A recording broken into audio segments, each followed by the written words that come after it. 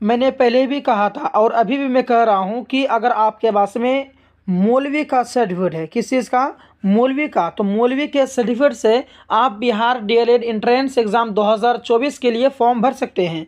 लेकिन बहुत सारे बच्चे जो कि इस पर विश्वास नहीं किए। अभी मैं आपको प्रूफ के साथ बताऊंगा। आप यहां पर देख सकते हैं कि ये जो नोटिस है वो बिहार विद्यालय परीक्षा समिति पटना ने, बिहार बोर्ड के द्वारा ये मैसेज दिया गया है, ये नोटिस है, आप इसमें देख सकते हैं। और ये जो सत्र है ना 2024 और 26 के बच्चों के लिए हैं।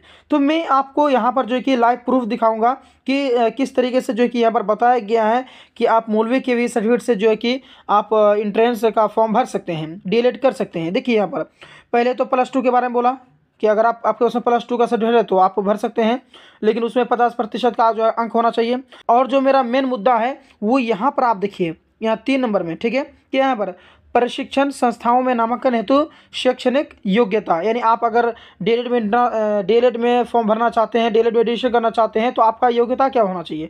तो तीसरा नंबर में आप देखिए 50% अंकों के साथ मौलवी, यहाँ ध्यान दीजिए, अब आपको समझ में आ रहा ना कि मैंने जो कहा था वो सही कहा था कि मौलवी से भी जो है डीएलएड कर सकते हैं, डीएलएड का फॉर्म भर सकते हैं।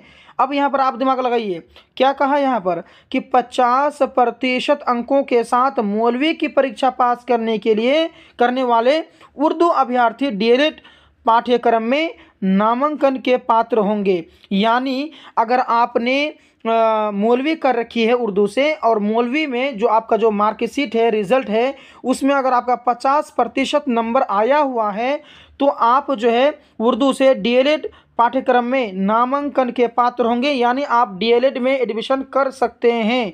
अब समझ में आ गया ना आपको। तो ये चीज़ थी, मैंने वीडियो एक डाली थी कि उर्दू में कितना, मतलब उर्दू के बारे में बताया था कि आप मौलवी से जो एंट्रेंस एग्ज़ाम का फॉर्म भर सकते हैं। लेकिन बहुत सारे विद्यार्थी जो है ना वो परेशान हो गए थे, नहीं सर हमने ट्राई किया था, एडमिशन नहीं ले रहा है, ऐसा वैसा बहुत बात बोला।